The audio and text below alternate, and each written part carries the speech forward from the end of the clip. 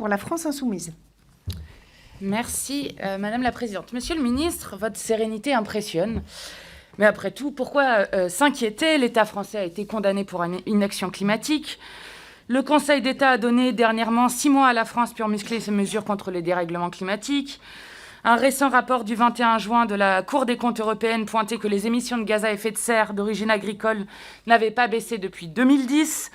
Dans l'agriculture, le Haut Conseil pour le climat le souligne, le rythme de réduction des émissions de gaz à effet de serre est parmi les plus faibles comparé à d'autres secteurs. Mais heureusement, vous avez un plan, ce plan stratégique national qui nous sauvera ou pas de la crise climatique. Dans votre plan, on s'étonne de plusieurs choses. Les exploitations qui ont la certification haute valeur environnementale pourront bénéficier des aides éco-régime. Seulement, vous vous en doutez, cette certification n'est pas assez vertueuse car le sol est bien trop peu contraignant.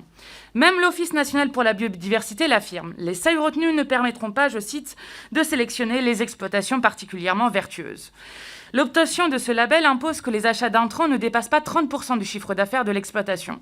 Or, selon ce rapport de l'OFB, un tel seuil n'est pas du tout discriminant pour les exploitations viticoles, qui consacrent en moyenne seulement 14% de leur chiffre d'affaires en intrants, même constat en maraîchage, avec 26% de leur chiffre d'affaires. Mais grâce à vous, ces exploitations seront repeintes en vert.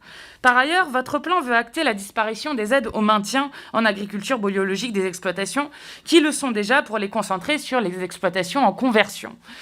C'est, selon moi, une grave erreur, monsieur le ministre. La suppression des aides risque au contraire de ralentir le rythme des conversions, car les agriculteurs auront moins de visibilité après les 5 années réglementaires. Quel beau tour de passe-passe. Ces deux exemples montrent d'une part que vous souhaiterez attribuer un label à des pratiques qui ne seront pas vertueuses, et d'autre part que vous retirez des aides à ceux dont les pratiques le sont véritablement. J'ai bien peur que ces manœuvres ne changent rien à l'affaire qui nous occupe, le dérèglement climatique.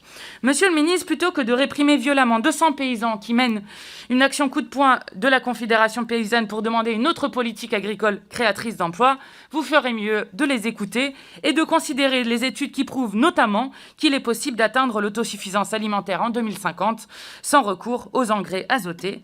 Mais pour cela, il faudrait certes un peu de volonté politique. Je vous remercie.